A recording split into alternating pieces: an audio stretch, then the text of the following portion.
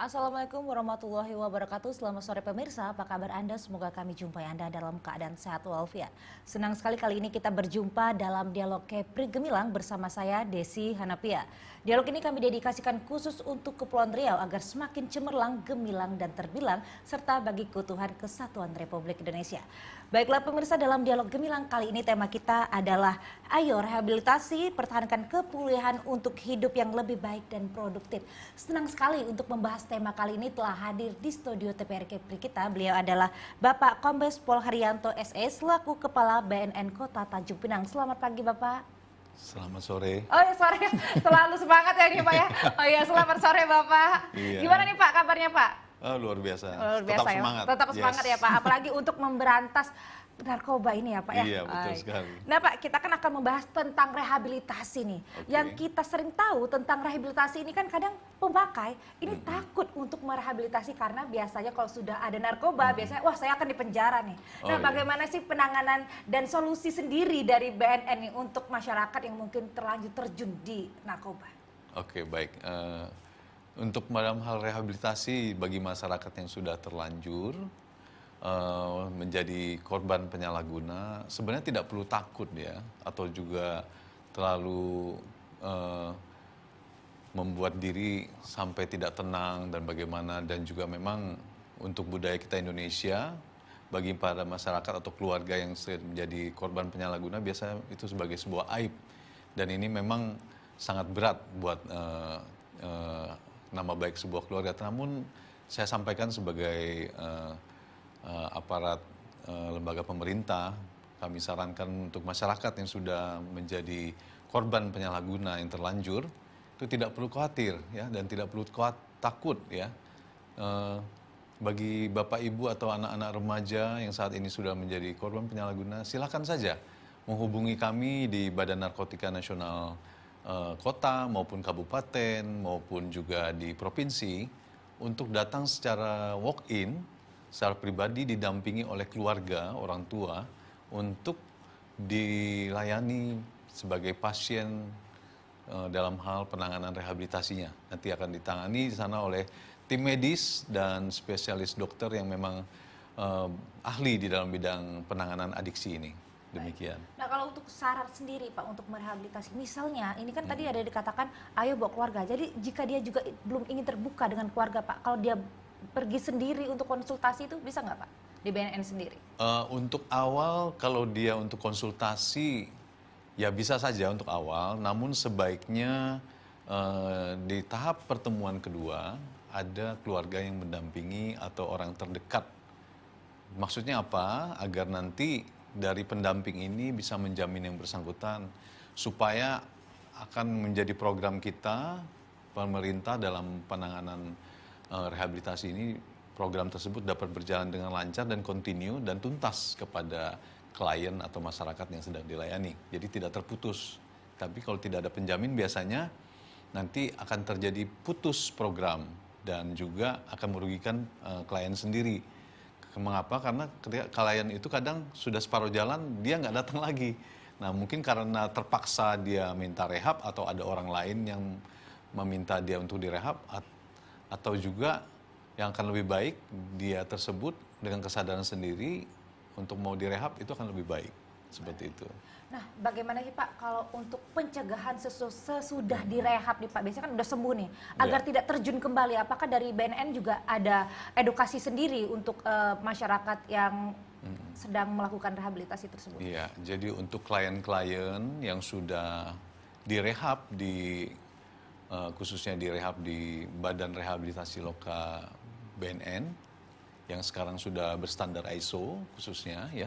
Jadi memang di sana lengkap, dan untuk setelah mereka direhab memang ada program lain namanya itu pasca rehabilitasi.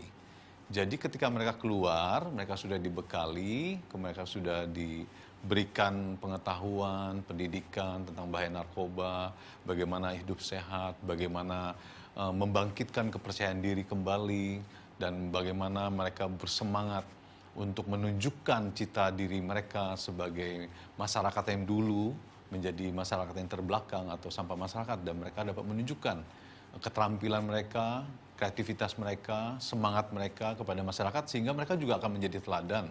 Nah, setelah direhab, mereka akan diberikan program pasca rehab, di mana juga BNN akan melaksanakan pendampingan kepada klien-klien yang sudah menjalani program rehab tersebut. Misalnya ada kelompok sharing, ya, kemudian juga ada kelompok diskusi, ada pertemuan-pertemuan di satu tempat yang kelompok ini sudah bentuk atau dalam bentuk WA group.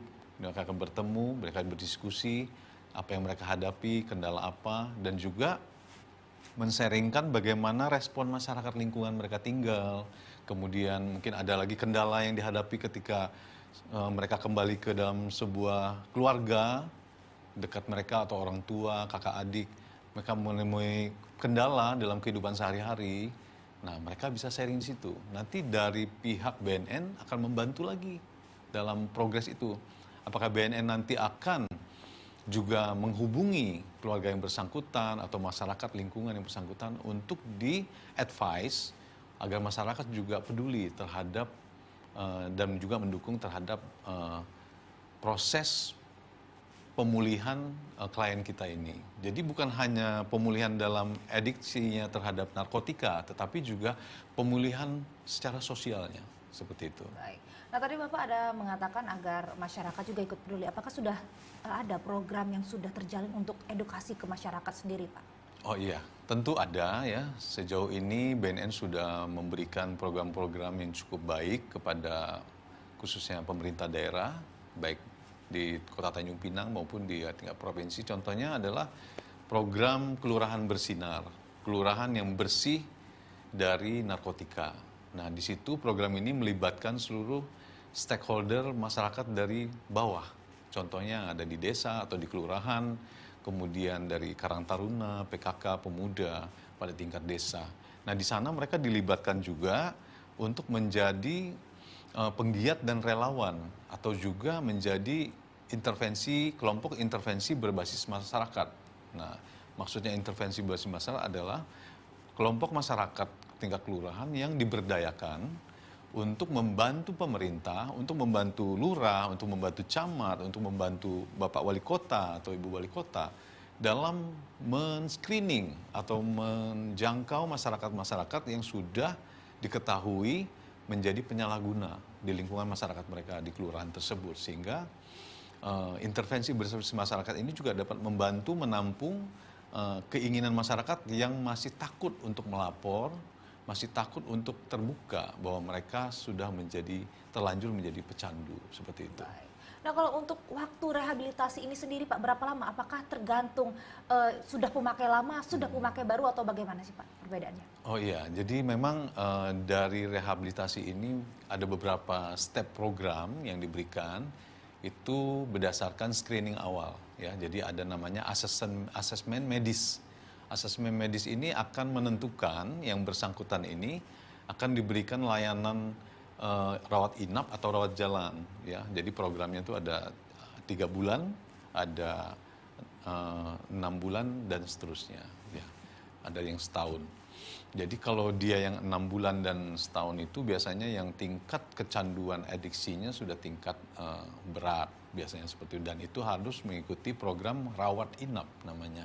Dan itu hanya dilayani ada di Pulau Batam. Pulau Batam. Ya, di situ ada namanya Loka Rehabilitasi Batam. Jadi itu yang melayani seluruh para pecandu yang levelnya level berat. Nah, di sana mereka akan dididik, bukan seperti penjara. Di sana sangat nyaman dan friendly di sana. Tidak ada pembedaan, tidak ada merendahkan tingkat sosial, tidak ada. Tetapi mereka diberikan advice, semangat, ya, motivasi, disadarkan, diberi pengetahuan tentang narkoba, zat aditif yang berbahaya. Mereka diberi pengetahuan tentang religi, ya. Kemudian diberi keterampilan bagaimana mereka menciptakan lapangan kerja, dan keseharian mereka itu penuh dengan kegiatan yang bermanfaat dan diberikan fasilitas yang sangat memadai.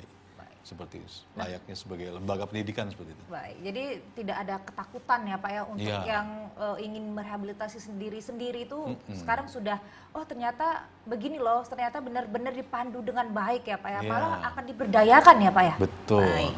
Nah kalau untuk sejauh mana sih BNN Tanjung Pinang mengetahui ada warga teridentifikasi untuk pemakai narkoba sendiri Pak? Nah, dari program Kelurahan Bersinar ini kami mendapatkan beberapa informasi tentang situasi yang ada di lingkungan beberapa kelurahan di Tanjung Pinang. Jadi program ini sangat membantu. Makanya dengan ini ya saya pribadi sebagai Kepala BNN Kota Tanjung Pinang menghimbau kepala daerah agar memang betul-betul bisa mendukung program ini dan menjadikan program ini menjadi agenda RPMJ di wilayah Kota Tanjung Pinang, diagendakan dan dianggarkan karena ini sangat penting. Dengan kegiatan Kelurahan Bersinar ini kami mengetahui. Jadi dengan agen-agen yang kami bentuk itu masyarakat bisa menyampaikan informasi data kepada kami bahwa di lingkungan mereka ada pecandu, bahwa di lingkungan sekolah mereka ada pecandu, murid-murid yang minta ditolong ya. Berarti itu sudah ada kedekatan antara, karena program tadi ya Pak ya, Iya. berarti ada kedekatan antara masyarakat, dan kalau di sekolah itu kedekatan antara guru dan murid ya Pak ya? Iya, betul. Jadi beberapa waktu ini ada kepala sekolah juga minta bantuan, gitu lewat kepala dinas pendidikan juga kita sudah MOU, minta bantuan. Ada beberapa sekolah yang terindikasi anak-anaknya mulai mengarah ke arah sana. Jadi disitulah BNN akan datang, hadir, dan memberikan intervensi dalam bentuk sosialisasi, pengetahuan dan sebagainya. Sehingga anak-anak ini diberikan pengetahuan bekal tentang bahaya narkotika sehingga terbangkitlah self-defense, self-protector diri mereka. Sehingga dengan begitu mereka dapat mengambil sebuah keputusan ketika ketemu dengan teman mereka yang penyalahguna atau pengedar, mereka sudah bisa mengambil keputusan untuk menolaknya. Dan itu pencegahan yang paling efektif dibandingkan pencegahan penegakan hukum. Ya, walaupun di lain sisi penegakan hukum itu tetap kita jalankan untuk para pengedar-pengedar seperti itu. Nah kalau untuk anak sekolah sendiri Pak, biasanya mereka mendapatkan narkoba sendiri itu dari mana Pak? Nah ini banyak ya, karena begini, peredaran narkoba ini kan dari berbagai macam cara dan pintu. Kita melihat bahwa kita tidak tahu narkoba ini dari pergaulan dan sebagainya ya, jalur-jalur, apalagi Indonesia ini kan lautnya masih terbuka nih. Benar sekali, banyak jalur tikus ya Pak ya kalau Iya, jalur-jalur pelabuhan tidak resmi yang dibuat sendiri, yang sebenarnya di pulau-pulau yang tidak berpenghuni, itu bisa dijadikan tempat. Jadi tidak seperti negara tetangga yang begitu mengamankan jalur perairannya begitu ketat, ya 24 jam. Dan juga ada kamera CCTV-nya. Kalau di perairan Kepri sendiri ya sangat terbuka. Ya kita jujur, akses dari luar ke Indonesia itu ya mudah saja sih, gitu loh. Ketika patroli tidak ada, mereka bisa masuk seperti itu. Kalau sudah masuk ya barang ini pasti akan menyebar. Dari yang kiloan akan menyebar ke hitungan gram dan itu menjadi ribuan paket. Nah ini ada jaringan-jaringannya. Nah ini yang ditanya tadi dari mana? Ya dari berbagai macam. Tergantung teman mereka siapa, seperti itu. Mungkin pengedar itu ada dari anak jalanan, mungkin juga ada dari anak sekolah, anak-anak nongkrong yang di kafe atau anak-anak nongkrong yang di mana gitu. Bisa saja. Karena pengedar itu berada di mana saja sekarang dan akan menyamar sebagai apa juga mereka bisa, seperti itu. Baik. Nah, apakah dari BNN sendiri akan membuat program baru ini Pak? Misalnya untuk edukasi terhadap orang tua, untuk anak-anak sekolah. Karena kan anak-anak muda ini karena lebih gampang Pak untuk masuk barang-barang seperti itu lebih gampang dipengaruhi ya Pak untuk anak-anak sekolah. Nah kalau untuk BNN sendiri terhadap orang tua sendiri apakah akan kedepannya melakukan edukasi sendiri? Ya, kepada orang tua juga kita perlu ya. Cuman akhir ini kami sedang membangun sebuah namanya program sekolah bersinar juga. Sekolah yang bersih dari narkotika. Dan kita berharap dengan program ini para generasi muda, murid-murid SMP khususnya dan SMA itu bisa terbantu. Dan juga ada program lain tentang penyetelan lagu Mars BNN. Maksudnya bukan mengedepankan BNN, tidak. Karena di lagu ini berisikan lirik-lirik pesan kepada masyarakat, pada generasi muda untuk menjauhi narkotika dan menyatakan bahwa narkotika itu berbahaya. Kami hanya minta kepada Kepala Dinas Pendidikan untuk bisa menyebarkan lagu ini dan menyetel setiap pagi ketika masa masuk sekolah, ya.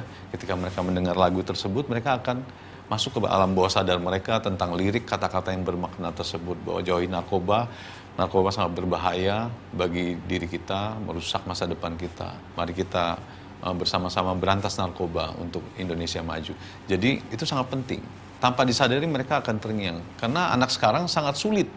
Kalau orang tuanya jangan ini, jangan itu, mereka pasti akan melakukan. Benar. Dia kan hanya di depan orang tua, iya, tetapi di belakang mereka akan Iya, kerjakan. benar sekali. Nah, cara itu kurang efektif, ya, karena anak-anak masih punya jati diri yang harus sedang mereka cari. Tapi kalau dengan lagu, mereka akan, tanpa mereka sadari, mereka akan teringat, oh, ada lagu, saya pernah dengar lagu ini ya, oh iya, narkoba itu berbahaya ya.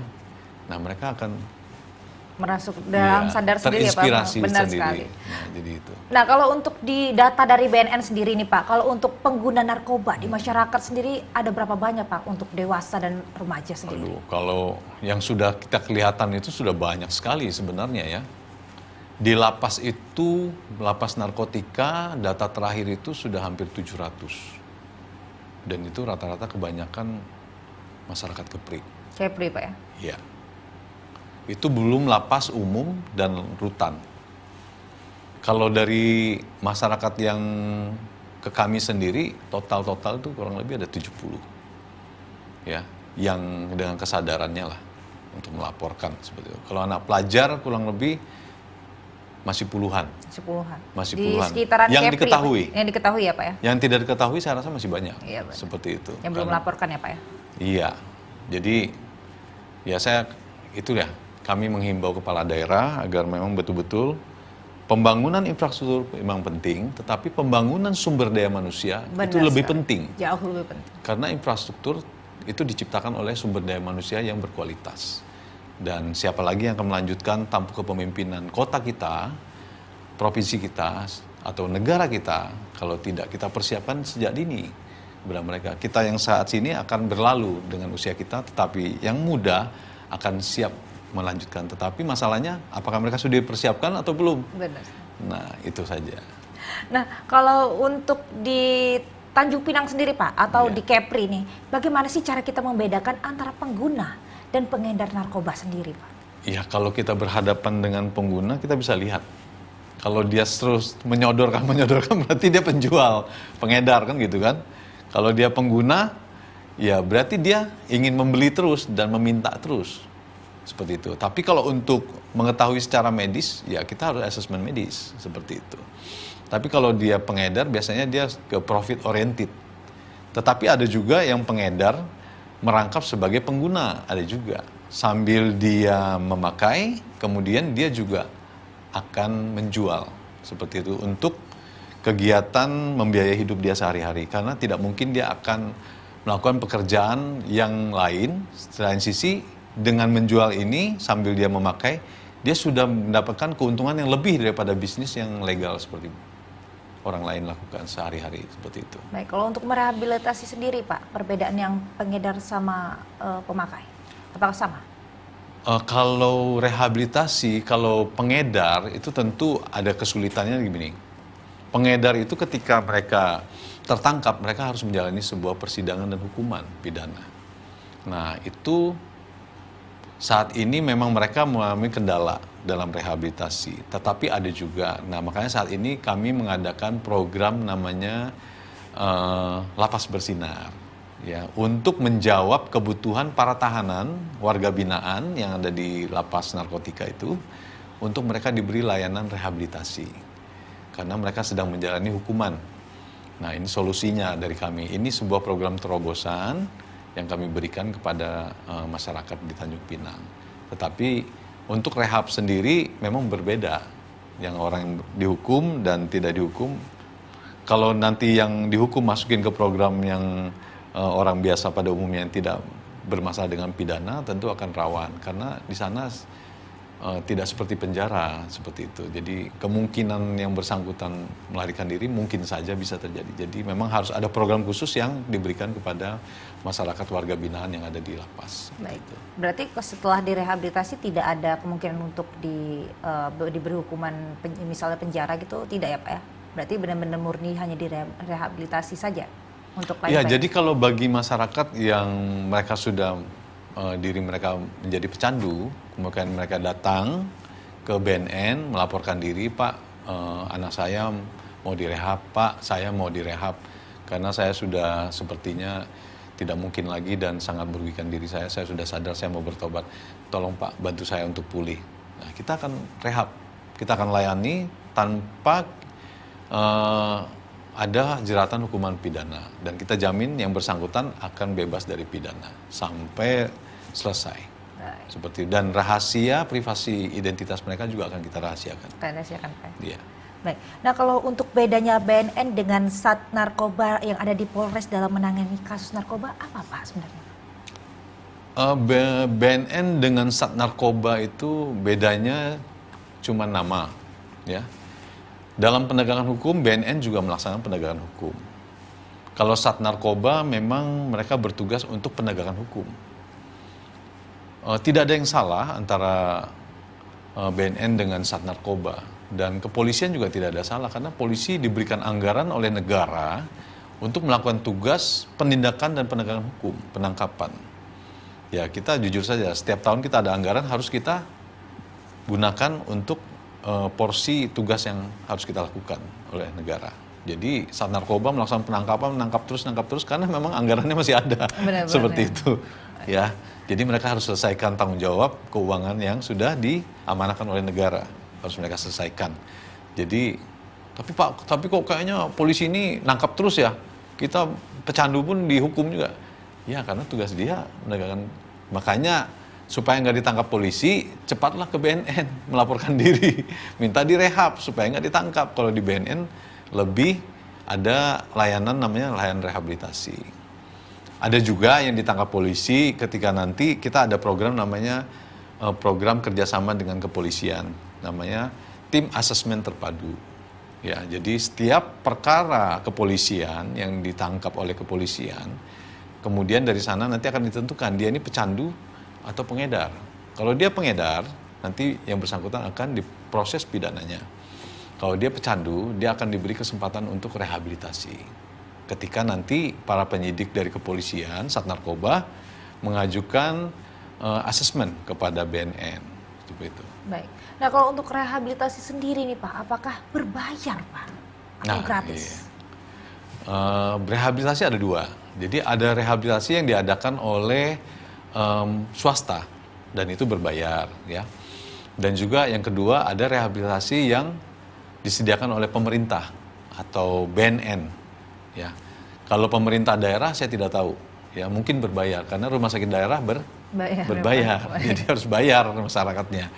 Nah, yang saya sarankan adalah rehabilitasilah di BNN, karena di BNN rehabilitasi sampai sekarang adalah Rp0. Iya, jadi ini benar-benar Rp0. Jadi ketika nanti Bapak Ibu minta direhab, ada minta bayaran, laporkan kepada saya. Ya, hubungi layanan BNN Kota Tanjung Pinang, kita akan menindak anggota-anggota pegawai oknum yang menyalahi aturan. Jadi dibiayai murni oleh pemerintah. Kok bisa Pak? Ya karena pemerintah punya anggaran. Dari mana Pak?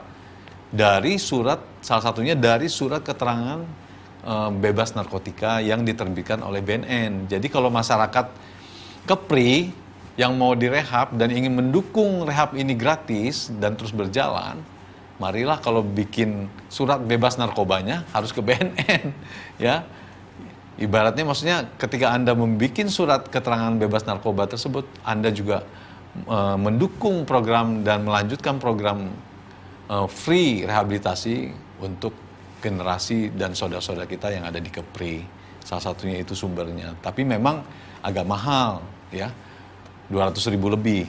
Tapi kalau kita di rumah sakit murah, 100.000 lebih. Tapi ketika nanti mau rehab ke rumah sakit bayar. Benar. Tapi kalau nanti mau rehab ke BNN gratis, seperti itu. Jadi kami berharap dari BNN seluruh masyarakat Kepri manfaatkan pembuatan surat keterangan bebas narkobanya di BNN agar program rehabilitasi narkotika Rp0 dapat berjalan dengan baik. Baik Pak, kita tahan dulu nih obrolan kita di Dialog Kepri Gemilang. Saudara, usai jeda kami kembali lagi di Dialog Kepri Gemilang, tetaplah bersama kami.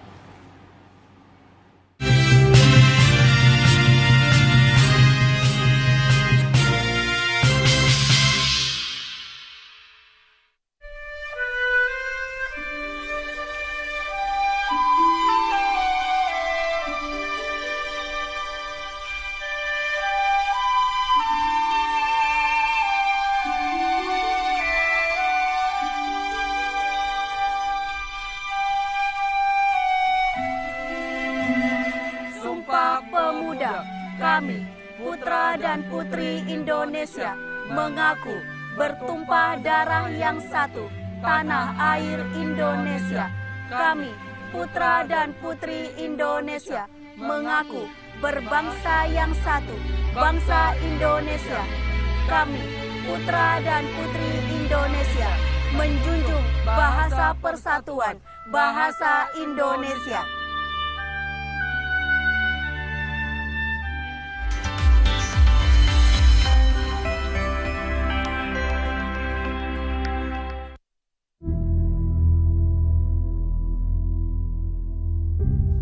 Setiap peristiwa, setiap cerita, Contohlah Bima. setiap langkah terekam jelas. Berjuang beriringan, menemani setiap jejak sejarah yang terukir di negeri ini. Semboyan kita tetap merdeka atau mati.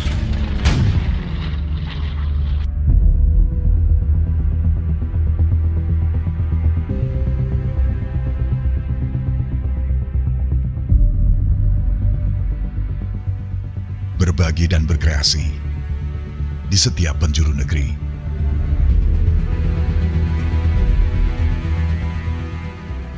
Akek Dayak, aku bangga menjadi anak Indonesia. Bersama adalah awal menapaki setiap jejak langkah, memberikan yang terbaik bagi bangsa.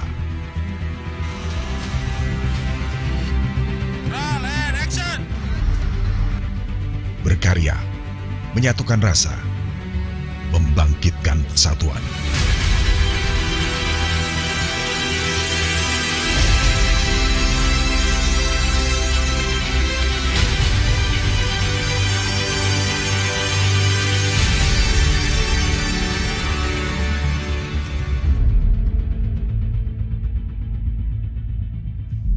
...61 tahun TVRI, terus berkarya untuk Indonesia.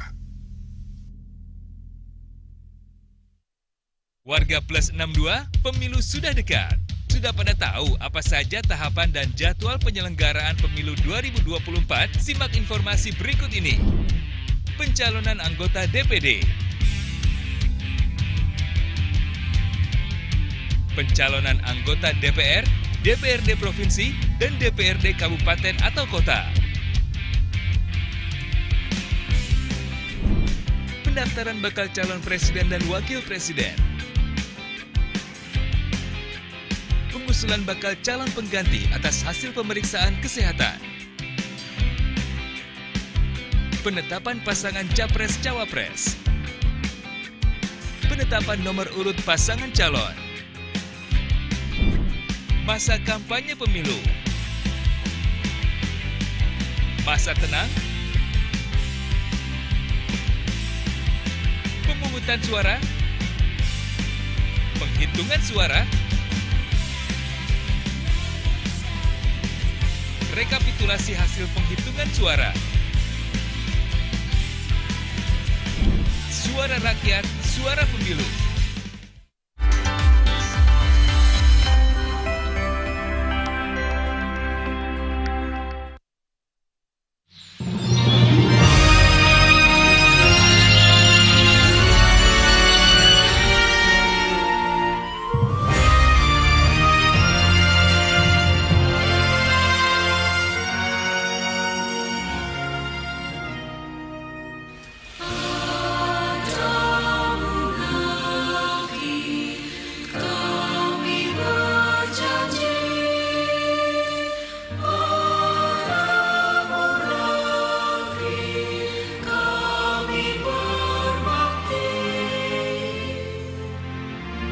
Sumpah Pemuda. Kami, putra dan putri Indonesia, mengaku bertumpah darah yang satu, tanah air Indonesia. Kami, putra dan putri Indonesia, mengaku berbangsa yang satu, bangsa Indonesia. kami, putra dan putri Indonesia, menjunjung bahasa persatuan, bahasa Indonesia.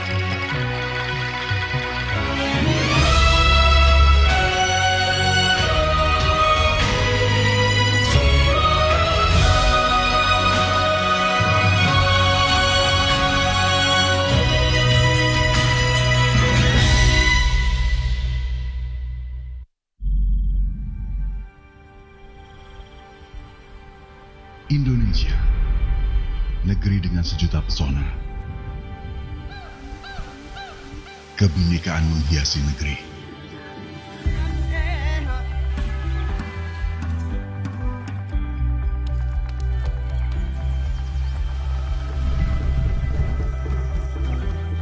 Indonesia, janji kami padamu untuk mempersatukan negeri melalui tayangan terbaik untuk pewarismu.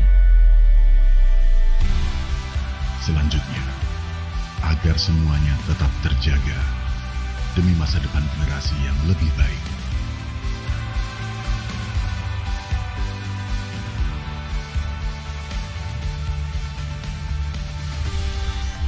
...61 tahun TVRI terus berkarya untuk Indonesia.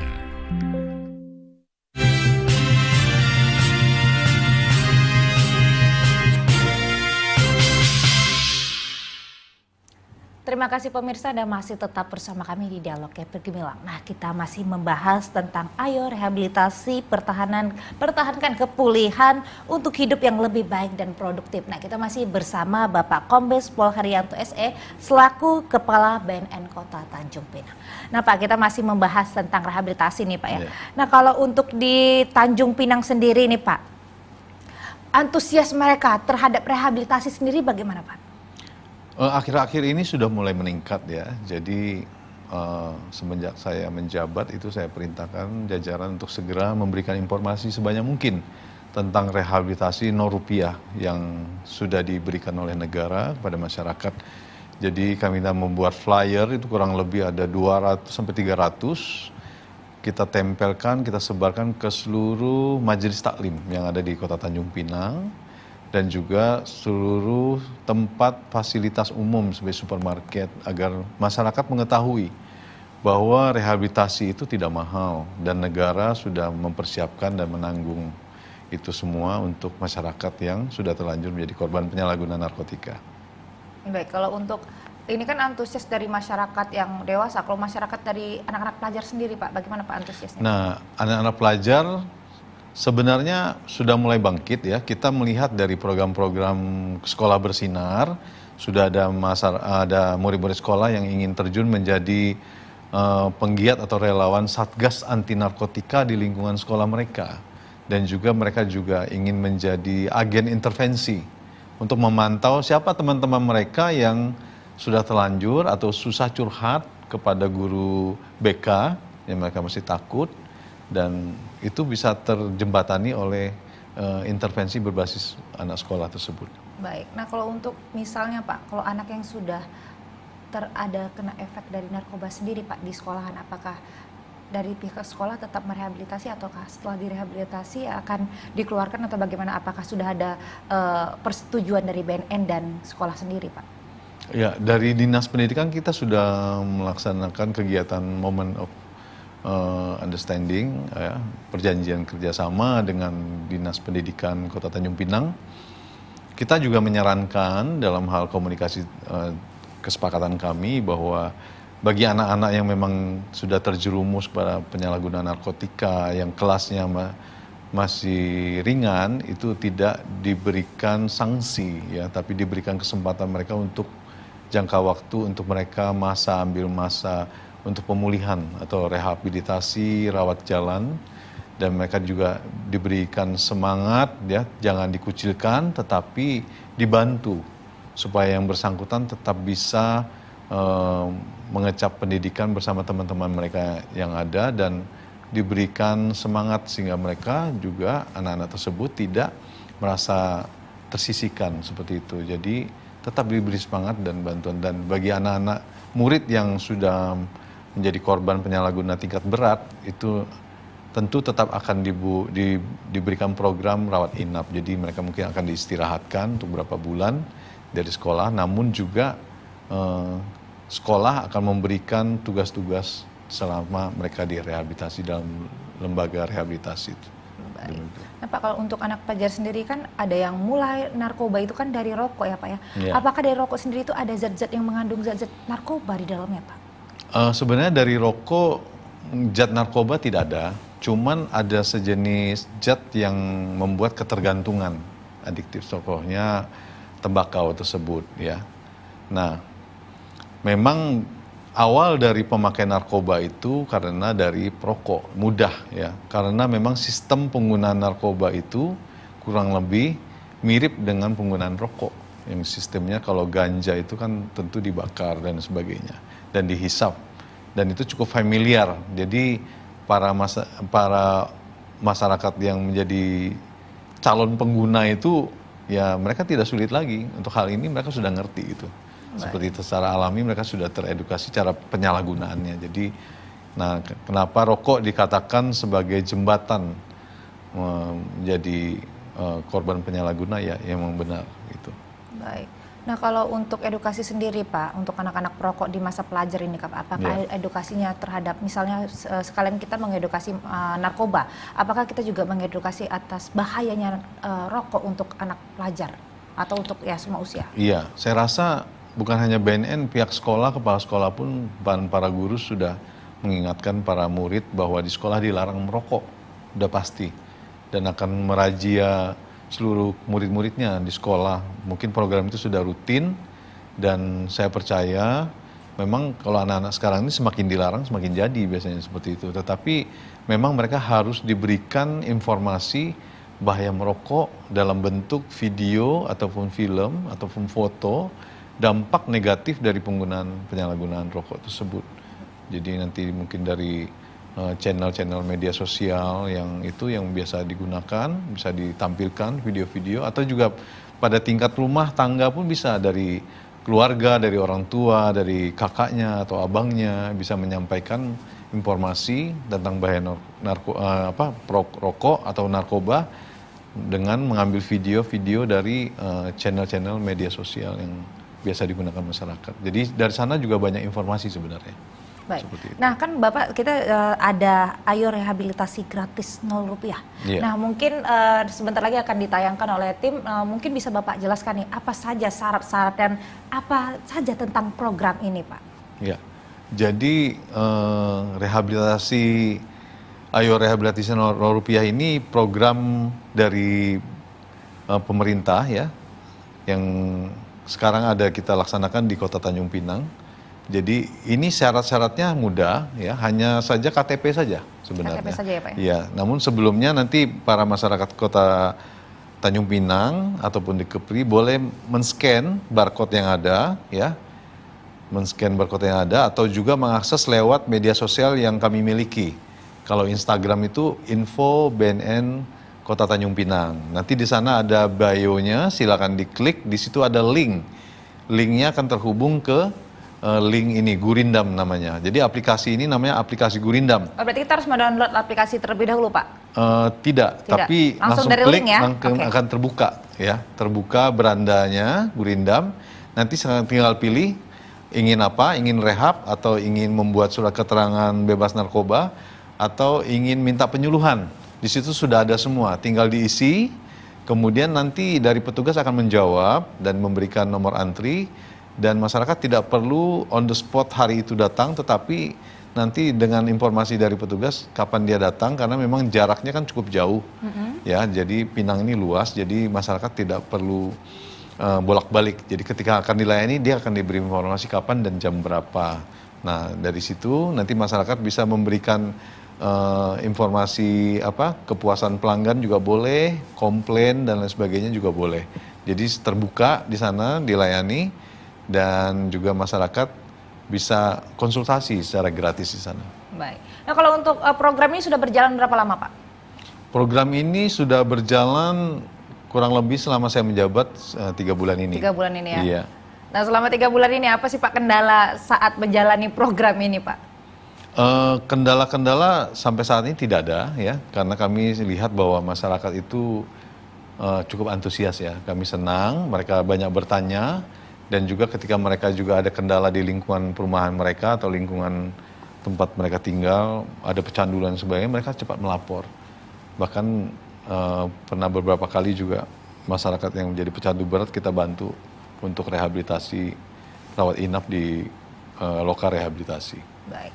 Nah, kalau untuk narkoba kan juga ada penggunaan di anak pelajar ini ditemukan seperti penggunaan lem-lem gitu ya Pak ya? Iya. Nah, kalau itu juga termasuk bisa direhabilitasi di BNN juga? Ya, bisa. Jadi penyalahgunaan lem, penyalahgunaan obat apoteker yang biasa dijual bebas di masyarakat, baik itu obat batuk, obat flu, dan sebagainya, penggunaan dalam dosis yang tidak sesuai aturan, itu akan bisa kita bantu untuk rehabilitasinya. Baik. Nah, kalau di Kepri sendiri Pak, jenis narkoba seperti apa yang sering dijumpai pada masyarakat, entah itu pelajar, entah itu orang dewasa? Ya, pada umumnya kalau tingkat narkoba itu biasanya yang kita jumpai itu jenis sabu, kemudian ekstasi juga ada, dan juga penyalahgunaan obat-obat apoteker, dan juga tadi lem tadi. Lem tadi, iya. Pak. Nah, kalau seperti lem itu kan kadang orang kebanyakan yang pernah saya lihat di YouTube dan sebagainya itu bisa membuat orang menjadi halusinasi, Pak. Nah, kalau untuk rehabnya sendiri, Pak, butuh waktu berapa lama kalau sudah sampai ke tahap halusinasi seperti itu, Pak? Ya, kalau itu sudah termasuk nanti kategori bisa dikatakan nanti tergantung asesmen medis ya, karena itu ada program tahap screening namanya. Dari situ nanti kita bisa melihat seberapa berat para korban ini teradiksi, seperti itu. Kalau dia sudah berat, sampai dia ketagihan dan tidak bisa lepas, itu sudah termasuk kategori berat. Seperti itu. Jadi memang itu harus segera ditolong, karena efek dari penggunaan zat adiktif itu sangat merusak saraf organ otak kita. Jadi struktur otak kita itu akan berubah, dan fungsinya akan otomatis menurun, dan itu sifatnya permanen. Apakah kalau sesudah direhabilitasi akan kembali normal, Pak? Untuk adiksinya mereka akan bisa hilang. Tetapi kecacatan yang ditimbulkan oleh zat kimia atau narkoba tersebut akan sifatnya tidak bisa hilang. Tidak bisa hilang, Pak ya? Iya. Nah, kalau untuk selama ini kita mendengar makanan atau jajanan anak sekolah yang mengandung narkoba. Nah, bagaimana menurut BNN sendiri menyingkapi berita tersebut, Pak? Ya, tentu kita akan mengambil sebuah tindakan ya, dan jajaran kepolisian juga akan mengambil tindakan, bukan hanya polisi dan BNN, pemerintah daerah, dinas kesehatan juga harus mengambil sebuah tindakan ya, menanggapi itu. Memang di masa lalu ada yang jajanan dalam bentuk brownies yang mengandung narkoba ya, kemudian juga. Tapi itu sudah ditemukan sendiri, Pak, di Kepri sendiri, apakah sudah pernah ditemukan oleh BNN? Kepri belum, Pak ya? Belum. Tapi di pulau lain di Indonesia sudah ada. Sudah ada. Dan juga dalam bentuk makanan snack permen yang saset, ya itu ada. Dan kita bersyukur di Kepri tidak ada, dan jangan sampai ada. Iya, baik. Nah, kita tahan lagi nih obrolan kita di Dialog Kepri Gemilang. Saudara, usai jeda kami kembali lagi di Dialog Kepri Gemilang, tetaplah bersama kami.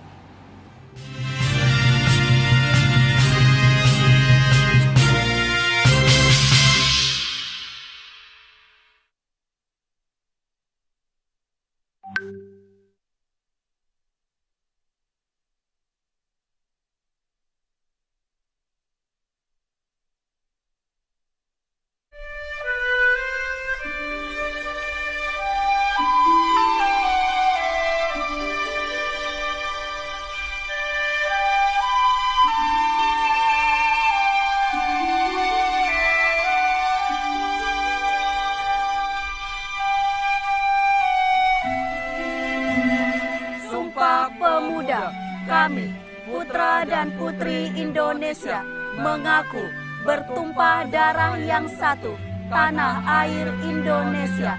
Kami, putra dan putri Indonesia, mengaku berbangsa yang satu, bangsa Indonesia. Kami, putra dan putri Indonesia, menjunjung bahasa persatuan, bahasa Indonesia.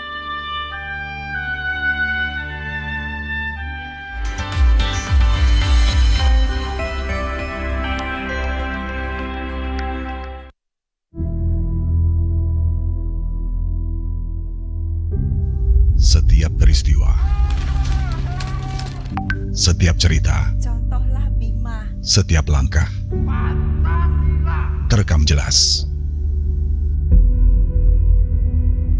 Berjuang beriringan, menemani setiap jejak sejarah yang terukir di negeri ini. Semboyan kita tetap merdeka atau mati.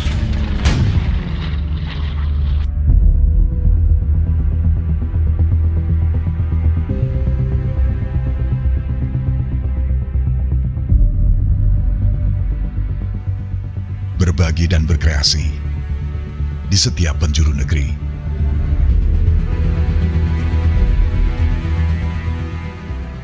Akek Dayak, aku bangga menjadi anak Indonesia. Bersama adalah awal menapaki setiap jejak langkah, memberikan yang terbaik bagi bangsa.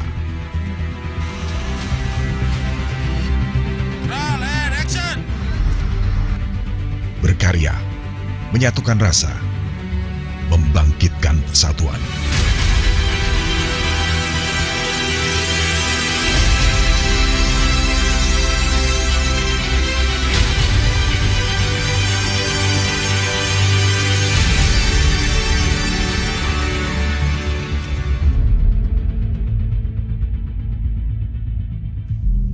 Satu tahun TVRI terus berkarya untuk Indonesia.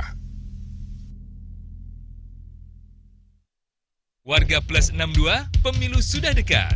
Sudah pada tahu apa saja tahapan dan jadwal penyelenggaraan pemilu 2024? Simak informasi berikut ini. Pencalonan anggota DPD.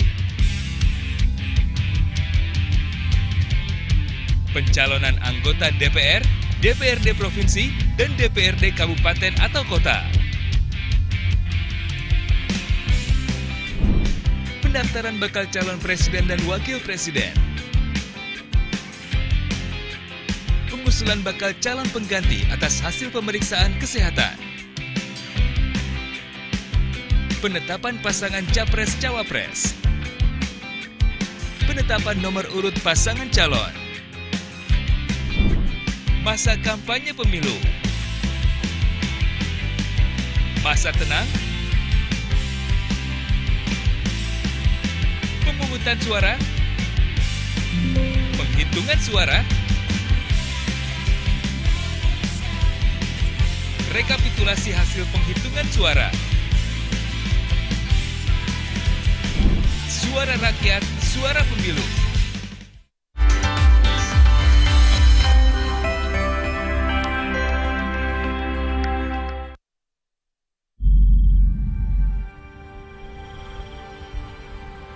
Indonesia, negeri dengan sejuta pesona. Kebinekaan menghiasi negeri.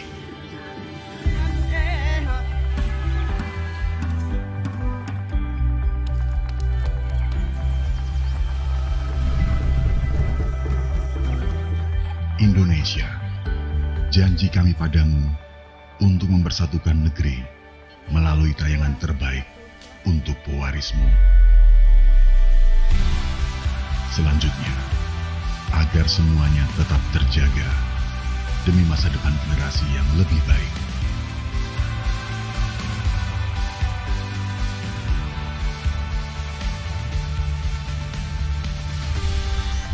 (61 tahun TVRI) terus berkarya untuk Indonesia.